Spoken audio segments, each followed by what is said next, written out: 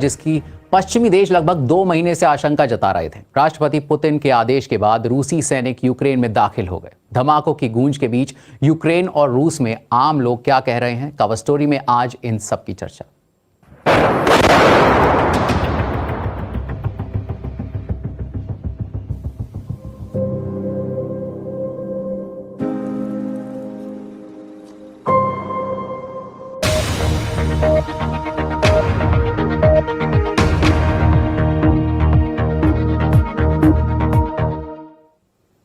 रूस ने यूक्रेन पर हमला कर दिया है। ये धुआं उठ रहा है यूक्रेन की सेना के हवाई अड्डे से। चेगेव में एयरफील्ड के पास रिहायशी इमारतों पर बम गिरे हैं। यूक्रेन के प्रमुख शहरों में मिसाइल हमलों और धमाकों की खबरें हैं। राजधानी कीव के पास एक रिहायशी उपनगर को मिसाइल से निशाना बनाया गया है। यूक्रेन का कहना है कि हथियार बंद रूसी टुकड़ियां कई दिशाओं से देश में दाखिल हो चुकी हैं। दोनेत्स्क इलाके में एक अस्पताल भी हमले का निशाना बना है। कई जगहों पर यूक्रेन और रूस के सैनिकों के बीच गोलीबारी हुई है, जहां रूसी मिसाइलों ने सैन्य ठिकानों और एयरपोर्ट्स को निशाना बनाया है। राजधानी कीव और रूसी अलगाववादियों के नियंत्रण वाले इलाकों के नज़दीक पूर्वी शहरों समेत पूरे यूक्रेन में धमाकों की गूंज सुनाई दी है। रूसी हमले के बाद यूक्रेन के राष्ट्रपति वोलोदिमीर ज़ेलेंस्की ने क्या कहा, आइए सुनाते हैं। रूस ने हमारे सैन्य ढांचे पर, हमारे सैनिकों पर और सरहदों को अलग करने वाले हिस्सों पर हमला किया है। यूक्रेन के कई शहरों में धमाकों की आवाज सुनी गई है। हम अपने तमाम क्षेत्रों में मार्शल लॉ लगा रहे हैं। मैंने राष्ट्रपति बाइडेन से बात की है। अमेरिका ने अंतर्राष्ट्रीय समर्थन के लिए तैयारी पहले ही शुरू कर दी है। आज आपको शांत रहने की जरूरत है। संभव हो तो कृपया घर में ही रहें। रूस के हमले के बाद यूक्रेन में आम लोग अपनी जान बचाने के लिए मेट्रो स्टेशनों में छिप रहे हैं। यूक्रेन की राजधानी कीव से देखिए बीबीसी संवाददाता निक बिग की रिपोर्ट।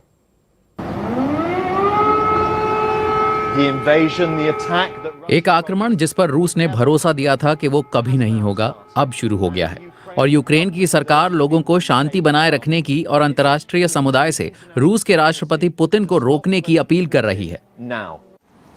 हमें लाना और उनकी मां मिलती हैं। रूस ने उन्हें क्राइमिया में उनके घर से 8 साल पहले निकाल दिया था। अब वो फिर से कहीं जा रहे हैं। स्थिति काफी खराब है और मैं डर गई थी, पर मुझे हिम्मत रखनी होगी। कल रात आसमान से हुए हमले के बाद कई लोग जमीन के नीचे छुप रहे हैं।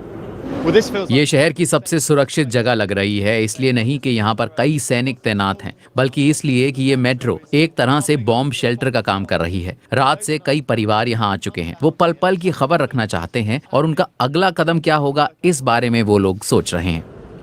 2 साल का इगोर अभी मुस्कुरा रहा है, पर उसके माँ बाप काफी डरे हुए हैं। बोरिस्पिल में 8 बम गिरे।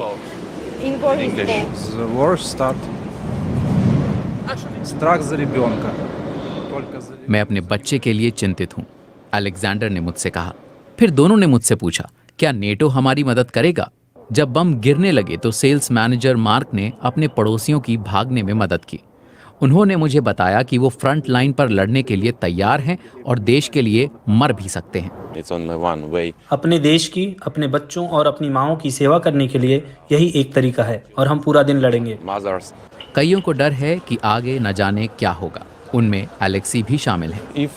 अगर रूस कीव पर कब्जा कर लेगा, जो मुझे नहीं लगता है कि होगा, क्योंकि मुझे हमारे सैनिकों पर भरोसा है, पर अगर ऐसा हुआ तो ये नाजियों जैसा काम होगा। राजधानी के इस मुख्य हिस्से में खौफनाक सन्नाटा है।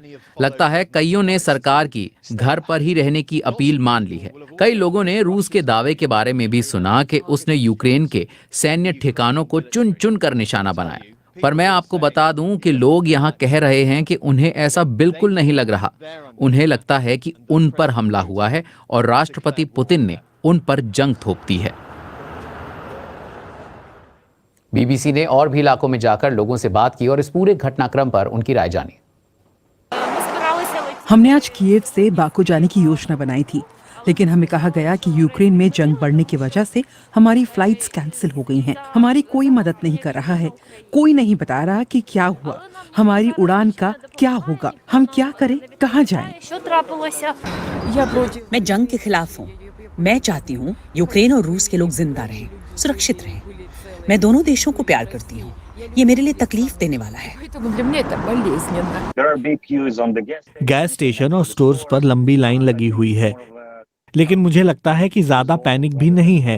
बीते कुछ महीनों में हथियारों को खरीदा गया है, आर्म्स फोर्सेस में भर्तियां हुई हैं, तो मुझे लगता है कि इसका मतलब ये है कि लोग प्रतिरोध करेंगे।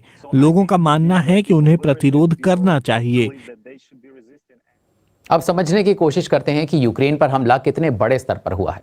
इनमें राजधानी कीव और खार्किव के पास मिलिट्री एयरफील्ड भी शामिल है।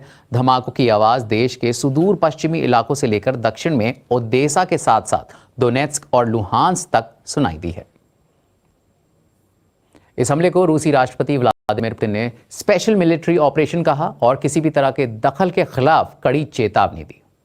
Кто бы ни пытался помешать нам, а тем более создать угрозы для нашей страны, для нашего народа, должны знать, что ответ России будет незамедлительным и приведет вас к таким последствиям, с которыми вы в своей истории еще никогда не сталкивались. रूसी राष्ट्रपति व्लादिमीर पुतिन यूक्रेन में जिसे सैन्य ऑपरेशन बता रहे हैं, पश्चिमी देशों ने उसे यूक्रेन पर खुला हमला कहा है। लेकिन इस बारे में रूस के लोग क्या कह रहे हैं, मॉस्को में जायजा लिया बीबीसी संवाददाता स्टीव रोजनबर्ग ने। रूस के राष्ट्रपति का एक दुर्भाग्यपूर्ण फैसला। व्लादिमीर पुतिन ने इसे एक सैन्य ऑपरेशन कहा। Проведение специальной военной операции.